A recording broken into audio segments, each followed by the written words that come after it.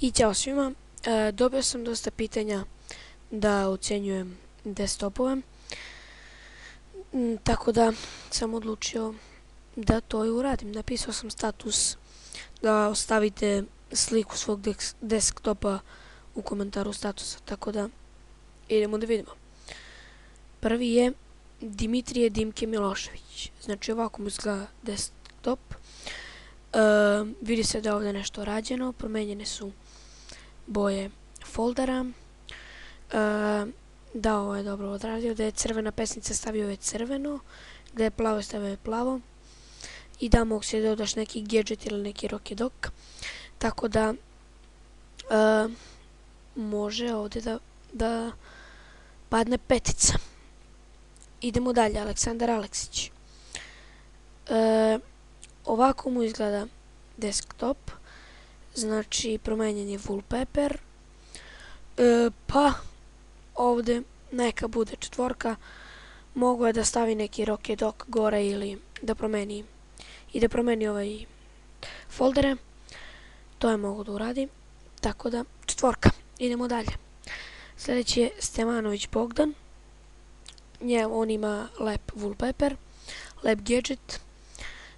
Jedina zamjerka što nisi promenio boju foldera ovih, što nisi promenio foldere i mogu si da staviš neki rokedok, nešto kao za ukras, mada ovdje može petica da padne, ajde neka bude 5. Dimitrije Jovanović, ovako mu izgleda desktop. U suštini ovdje skoro ništa nije rađeno, isto kao kod Aleksandra, samo promenjen wallpaper, tako da neću mnogo da komentarišem ovaj desktop, neka bude četvorka.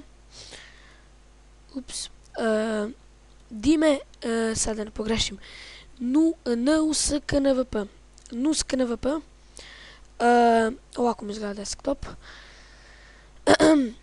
Znači, ima rokedok, ima lep wallpaper i mogu si da promeniš ovamo boju ikonica, tako da neka bude petica, ajde.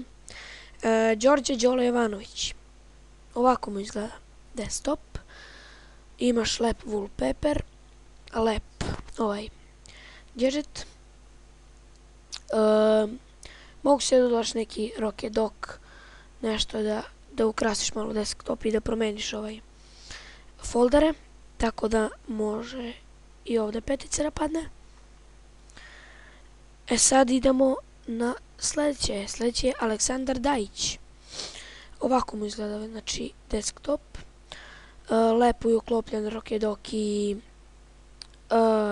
ovaj wallpaper i mogu si da promeniš ove ikonice gore, tako da neka bude njemu 5.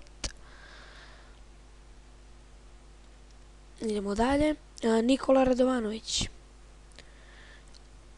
Njemu je, pa, lep mu je desktop, wallpaper je pa desktop, i desktop nije loš, ali wallpaper mu je dobar. Taskbar onako slaže se sa wallpaperom, tako da ovdje može četvorka. Idemo dalje, sljedeći je Dejan Radojković. Ovo ti je mala slika, tako da nisi lepo mogao da je staviš u maloj rezoluciji, pa ti ovako mutno izgleda. Tako da ovdje neka bude 3,5. Mogu si neki rokedok da dodaš, da promeniš ove foldere i to. Tako da neka bude 3,5. Idemo dalje, sljedeći je Šoks, to je Ognjen Tonić. Ovako mu izgleda desktop. Znači, što važi i za Dimitrija, važi i za Dimitrija i za Aleksandra, važi i za tebe. Znači, mogu si da dodaš neki rokedok, nešto da promeniš ove ikonice, tako da četvorka. Sljedeći je Al Capone. Lep mu je desktop, lep wallpaper ima. Rokedok dobar, znači u suštini ovo je veoma lep desktop. Samo si mogao da promeniš ovaj gadget ovdje, sat ovaj i gore da dodaš u doku da izmeniš ikonice, tako da ovdje može petica. Sljedeći je Miloš Vukadinović. Ovako izgleda njegov desktop. lep wallpaper, imaš lepo si sredio, samo si ikonice si mogao malo lepše da rasporediš i da nemaš ovoliko foldera, nego da staviš sve lepo u 2-3 foldera i da promeniš boju, da dodaš neki rock dok, tako nešto malo više da ukrasiš. Tako da ovdje može 4,5. Idemo dalje, sljedeći je Lazareli Živković. Znači ovako mu izgleda desktop. Sviđa mi se ovo što ima ovdje, da li je ovo tema sad ne znam. Ovo na sredini, vidite, to je lepo odrađeno. Lep wallpaper, rock dok, mogu se da izmeniš ikonicu u rock doku. Tako da ovdje bi, ajde i ovdje može peticama da još nešto, ne bih toliko da, ne bih dao čistu peticu i neka bude 5 manje. Idemo dalje, sljedeći je Ognjen Grujić, znači ovako mu izgleda desktop, lep wallpaper, slaže mu se taskbar.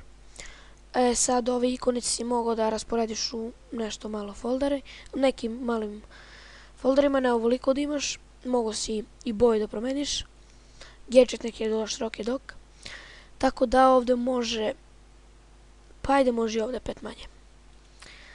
Može i ovdje 5 manje.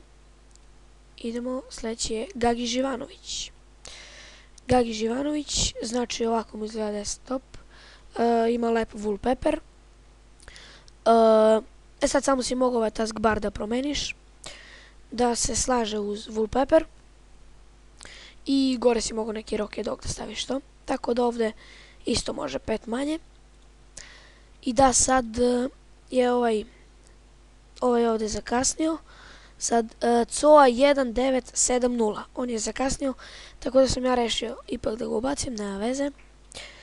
Evo ovako izgleda njemu desktop, znači ima lep wallpaper, ima gadgete. Sad si mogao ove da promeniš ikonice u doku gore i da dok staviš da bude boje kao pozadina wallpapera. Mogao si da promeniš ove ikonice u boju, da im promeniš izgled, tako da ovdje može 4,5. I ja mislim da nema više desktopova. To su bili ti desktopovi. Ako vam se sviđa ovako da radim, da ocenjujem desktopove, napišite mi u komentaru da li želite dalje da snimam. I ne znam šta više da vam kažem. Ćao!